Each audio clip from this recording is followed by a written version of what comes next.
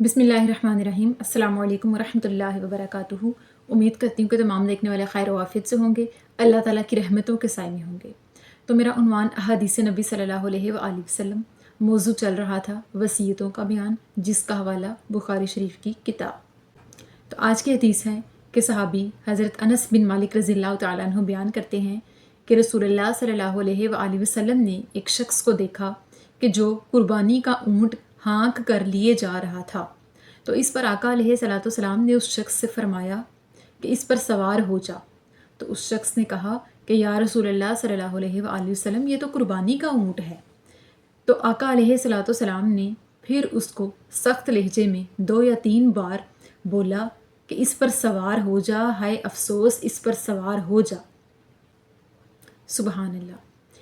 इस हदीस पाक की वजाहत ये कि सहाबी हज़रत अनस से रिवायत है, बयान करते हैं कि एक शख्स कुर्बानी का ऊँट हाँक कर लिए जा रहा था। आका अलैहिस्सलाम ने जब उस शख्स को देखा तो उससे फरमाया कि तू इस ऊँट पर सवार हो जा।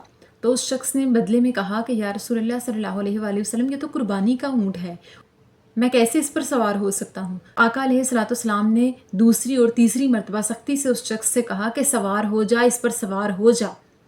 यानी इस हदीस पाक से हमें यह सबक मिलता है कि कुर्बानी के जानवर को हम सवारी के तौर पे या घर की ज़रूरत के तहत इस्तेमाल कर सकते हैं, लेकिन शर्त ये कि उसे तकलीफ़ ना दी जाए, उसे किसी तरह का नुकसान ना पहुंचाया जाए, क्योंकि वो अल्लाह की अमानत है।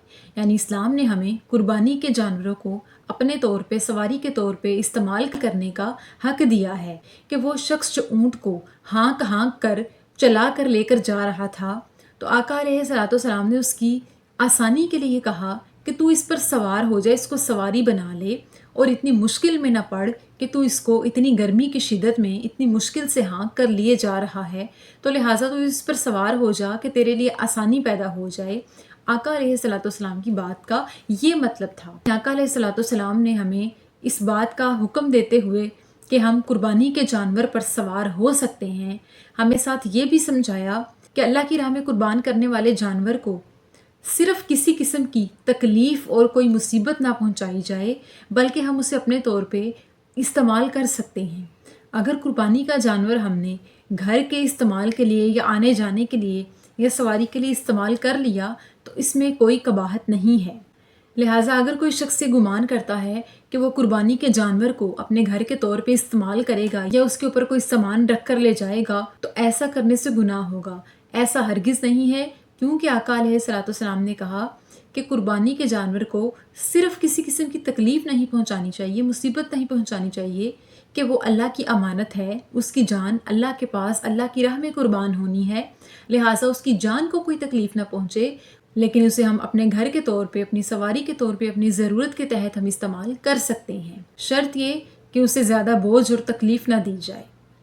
तो हम में से जब भी कोई शख्स कुर्बानी का जानवर लेकर आता है, ख़ास तौर पे ऊँट या बैल गाय वग़ैरह, तो हम उनको अपनी सवारी के लिए या अपनी ज़रूरत के तहत इस्तेमाल कर सकते हैं। और इसी के साथ साथ हमें इस शर्त का भी ख्याल रखना है कि उन्हें तकलीफ़ ना दी जाए या किसी किस्म का बोझ या ज़रूरत से ज़्यादा उन पर मुश्किल या मुसीबत ना डाली जाए।